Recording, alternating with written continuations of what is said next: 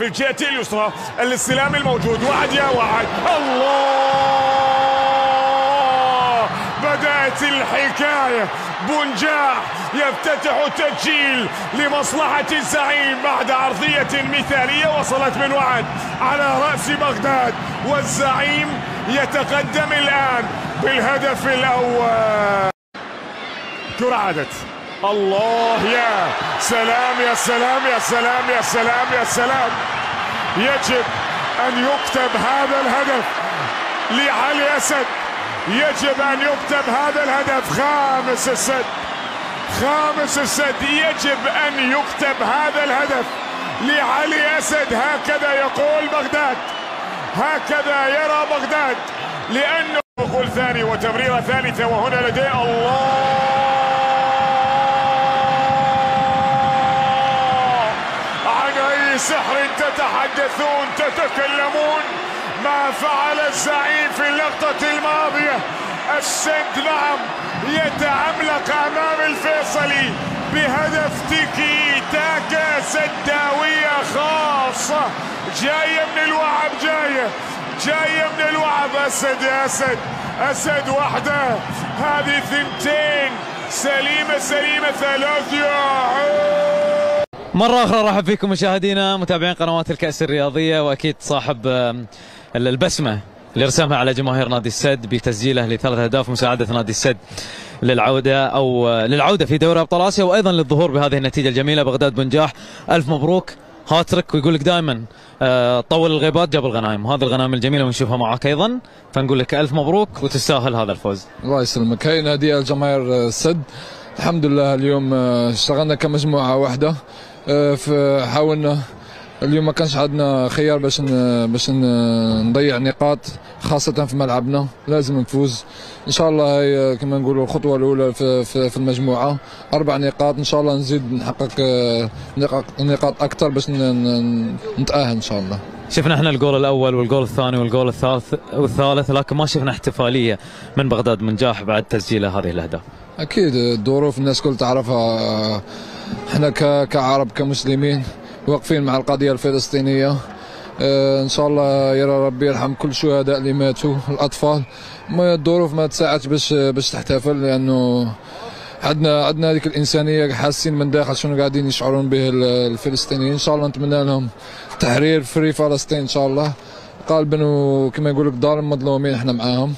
هاي الظروف احنا ما عندنا شيء نجم نساعدوا بهم الا كما نقولوا ندعو لهم ان شاء الله وبالرحمه. شكرا. اللهم امين، الله يعطيك الصحه والعافيه. بغداد بنجاح اذا مثل ما شفنا مشاهدينا متابعين قنوات الكأس الرياضيه، الرساله الانسانيه اكيد، واحنا كلنا لهذه الامه الفلسطينيه ان شاء الله، فنقول الله يكون في عونهم ان شاء الله. ونرجع لاجواء المباراه، نقول الف مبروك لنادي السد وهارد لك لنادي الفيصلي الاردني. طبعا المباراه كانت من طرف واحد، مباراه جميله لممثل دوله قطر، و6 أهداف مقابل لا شيء، وان شاء الله ان شاء الله ان شاء الله الاستمراريه في هذا الاداء للمباريات المتبقيه في دور المجموعات من دوري ابطال اسيا. خالد،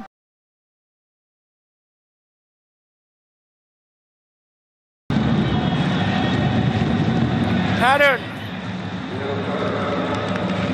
انكولو كانتي، اقل من 5 دقائق لنهايه المباراه. رومارينو يتحرك، كره تصطدم بالحكم، سيعيدها الحكم طبعا.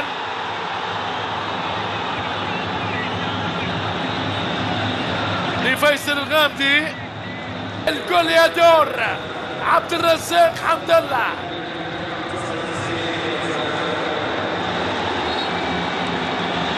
لما تغيب ثانية واحدة. مرحبا بكم متابعينا الكرام.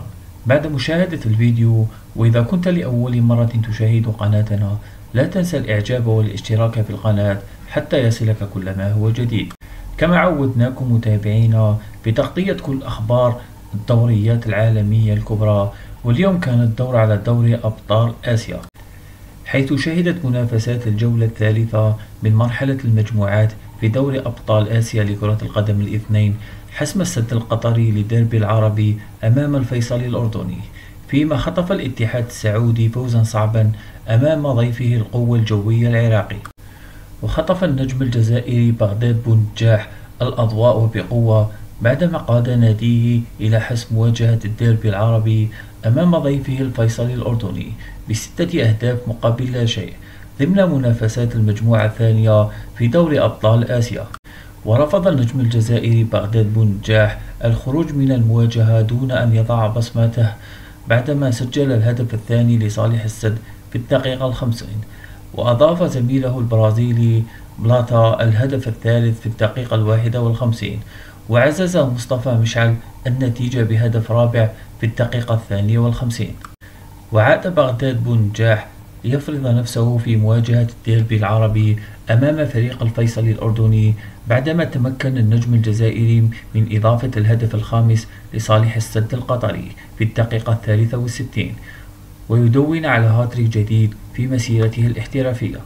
وبسبب تألق النجم الجزائري بغداد بونجاح تمكن نادي السد القطري من تحقيق أول انتصار في الموسم الحالي بدوري أبطال آسيا ليرفع الزعيم رصيده إلى النقطة الرابعة، فيما بقي الفيصلي الأردني دون نقاط.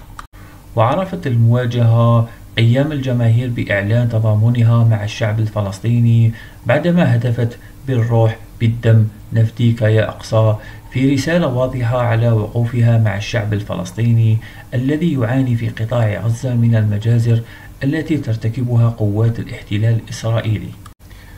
وفي الديربي العربي الآخر تقمص النجم المغربي عبد الرزاق حمد الله دور المنقذ بعدما ساهم بتحقيق ناديه الاتحاد السعودي فوزا صعبا للغاية أمام ضيفه فريق القوة الجوية العراقي بهدف مقابل لا شيء في المواجهة التي جمعت بينهما في مدينة جدة. وبفضل هدف عبد الرزاق حمد الله بقي نادي الاتحاد السعودي متصدرا للمجموعة الثالثة برصيد 6 نقاط، فيما يأتي في المركز الثاني فريق صباهان أصفهان الإيراني ب4 نقاط، وبقي القوة الجوية العراقي ثالثا ب4 نقاط، في حين تذيل أجمك الأوزباكي المجموعة بلا أي نقطة.